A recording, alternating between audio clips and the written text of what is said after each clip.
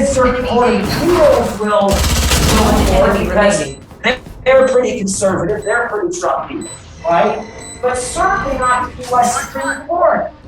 But remember what we said last week when we were talking about this, right? Never say never.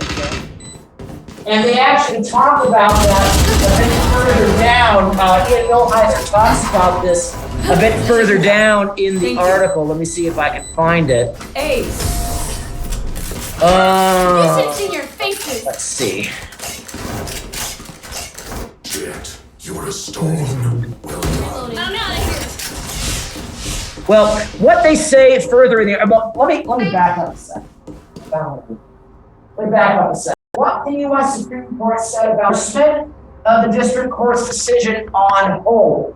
In other words, they said that mifepristone can still be legally prescribed in the United States. It can still be legally sold in the United States. It still can legally be used in the United States, only in states where the use of that abortion pill is already legal.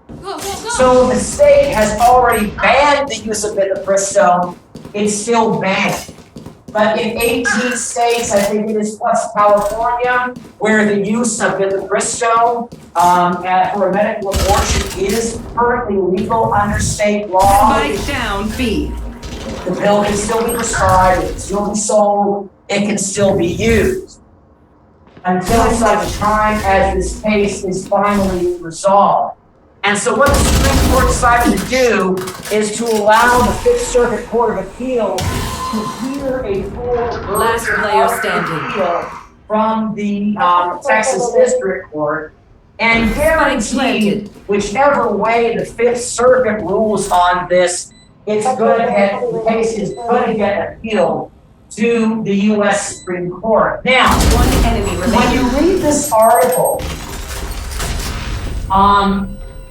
Millhiser and other Supreme Court watchers and predictors are basically saying this, that it seemed for a short while like the Supreme Court might actually buy this seemingly unreasonable arguments that the Texas judge made in the district court decision.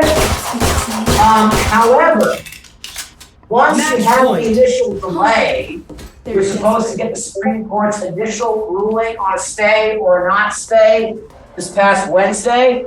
And when they kicked the can for 2 more days, what the speculation is that there were not enough votes in the Supreme Court to uphold the stay, and that Justice Alito wanted a couple of extra days to try and whip more of the conservative judges into position to uphold the ban.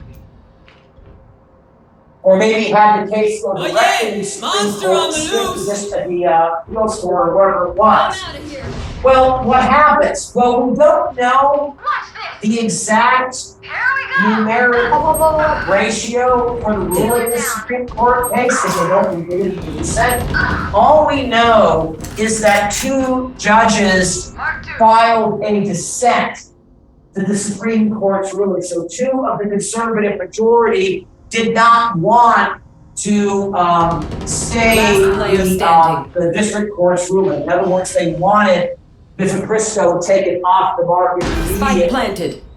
So what that seems to indicate is that there may not be a majority on the Supreme Court who would be willing to uphold the district court's decision.